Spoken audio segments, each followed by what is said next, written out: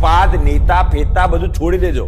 એવા વ્યક્તિને વોટ આલજો, એવા લોકોને વોટ આલજો જે શહેરને, વિસ્તારને અન્ય શહેર કરતા, અન્ય વોર્ડ કરતા આગળ લઈ જાય. પાર્ટીની માયા છોડી દેજો.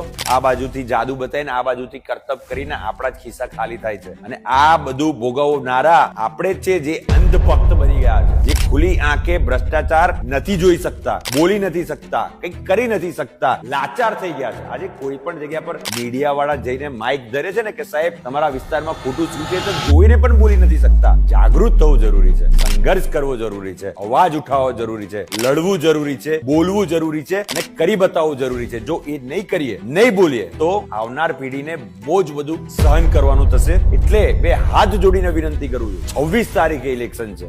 જોયું હોય, સહન કર્યું હોય અને એ પલ્લે પડતું હોય તો તમારે ચમત્કાર કરવાની જરૂર છે. અને 26 તારીખે મારા વડોદરા શહેરના વાસીઓ ભયંકર